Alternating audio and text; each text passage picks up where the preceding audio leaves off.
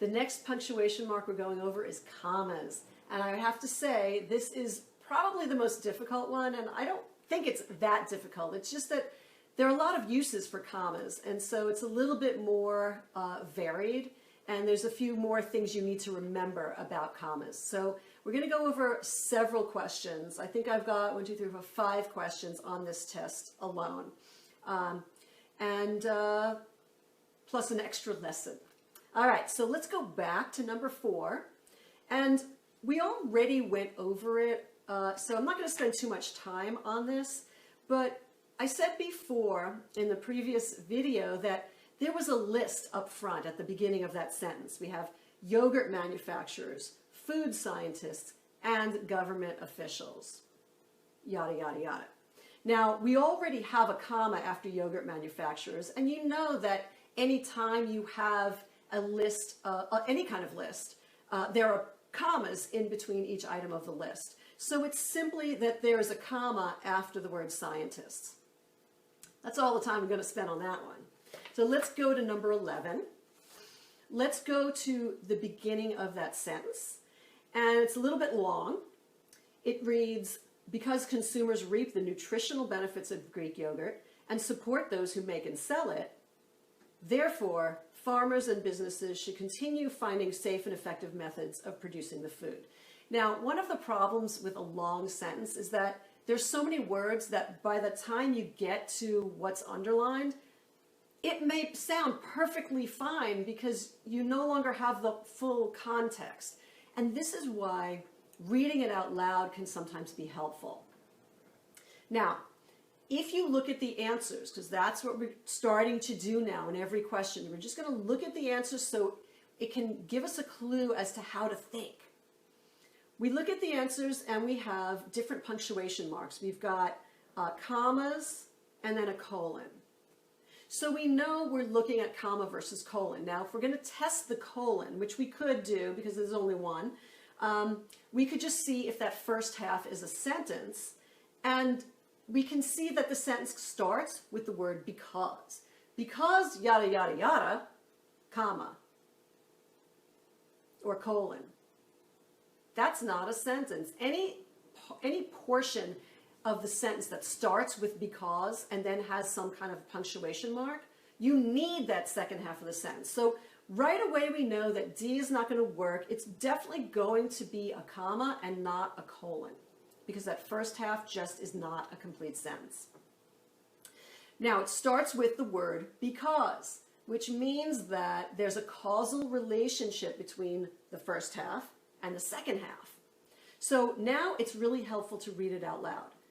But I'm not going to read all the words because it's annoying, and I don't care what the context is. I'm just concerned about what's going to fit, like how is it going to flow smoothly. So because blah, blah, blah, therefore blah, blah, blah. That's how I'm reading it. Now, to me, the word because sort of means therefore. Because this thing happens, this other thing happens. I think the word therefore is redundant. It means the same thing as because. We don't need it. So A is gone. Now it's just between B and C. And if we look at C, it also has a linking word like therefore, which makes it redundant again, or repetitive. Because something happened, so something else happened. We don't need the so. Okay? So if you have one linking word, you do not need another linking word. The answer is B. Because blah, blah, blah. And then the second half is just the other blah, blah, blah, without any linking word necessary. All right. I hope that was clear. I know I did blah, blahs. Maybe that makes it a little unclear. But we have more questions. So let's continue to number 15. Now, we've also been to this sentence, but we just focused on the second half. Now we're focusing on the first half of the sentence. And it reads, but Jason Box, comma, an associate professor of geology at Ohio State, believes that another factor added to the early thought. Okay, now this is a fairly important kind of structural sentence issue. And that is, I'm going to call it a distractor phrase. It's like a little descriptor phrase that's in the middle of a sentence. Now, if you take out that descriptor phrase, like literally, well, figuratively, take it out, throw it over in the side, and read the rest of the sentence should work. So if we do that, right, we're going to take out an associate professor of geology at Ohio State. And what I'd like you to do with your pencil now is just parenthesize that whole phrase, right? And now you read what's left. But Jason Box believes that another factor added to the early thaw. That's good. It's a good sentence. So what you want to do with that little descriptor phrase in the middle is just separate it by commas. You can also separate it with hyphens or parentheses. But in this case, we only have, if you look at the answers, there are only commas. So it's just a question of where you put the commas.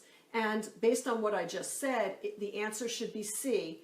The commas separate that little distractor phrase or descriptor phrase in the middle. All right, it's a good lesson to know. All right, let's try two more, and let's go to 26. All right, this is that such as question. And we talked about before the colons and how you need a full sentence before a colon. So we know that the answer is going to be either A or D, because B and C both have colons that don't work. Now, we look at the difference between A and D. Well, actually, I'm skipping ahead. Let me reread the question or the sentence. The spaces are usually stocked with standard office equipment, such as photocopiers, printers, and fax machines. All right, now the difference between A and D is that A has a comma after equipment, and D has a comma after equipment and after such as. I just have to tell you, the answer is A. You only need the one comma.